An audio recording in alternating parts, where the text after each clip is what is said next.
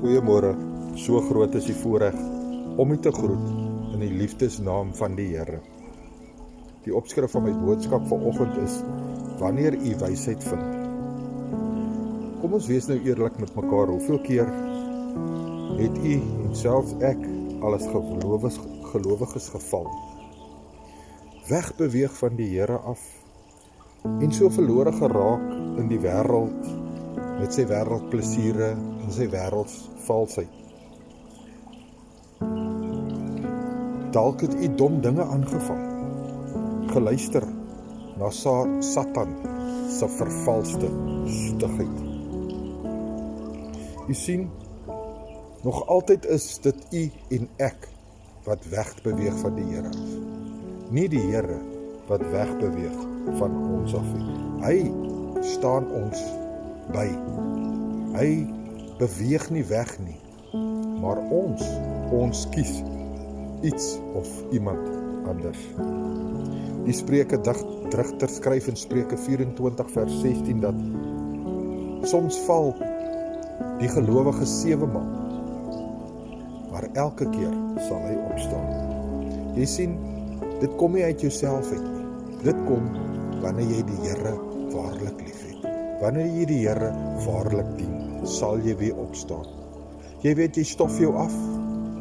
Jy staan op en jy soek Jesus. En jy kom voor sy troon en jy vra om vergifnis vir die feit dat jy wegbeweeg het. Dat jy die soetigheid wat Satan gee, nagejaag het en agtergekom, dit kom op niks uit nie. Net die heuningstroop van die Here gaan vir jou 'n vastigheid wees.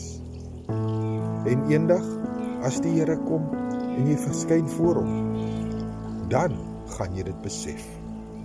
Jy weet, in Jakobus 1 vers 5 skryf die Jakobus digter dat as jy wysheid soek, bid dit van die Here. Hierdie wysheid moet vir ons wees 'n krag in ons, sodat dit wanneer ons naby 'n val kom, ons alreeds kan identifiseer dat dit 'n satanswerker. En u en ek, ons kan daarvan wegbeweeg. Ons kan toelaat dat die Heilige Gees, ons helper, vir ons aanwys wat gaan gebeur en hoe ons uit die woord van die Here uit dit weer moet bekragtig in ons lewens, sodat ons nie verdwaal raak nie, sodat ons vas staan op die rots van Jesus Christus, ons Here.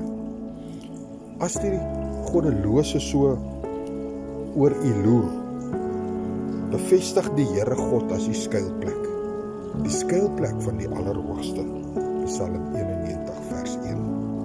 Ek is pastoor Gary, ek laat hierdie woord vanoggend by u. Mag die Here u ryklik seën.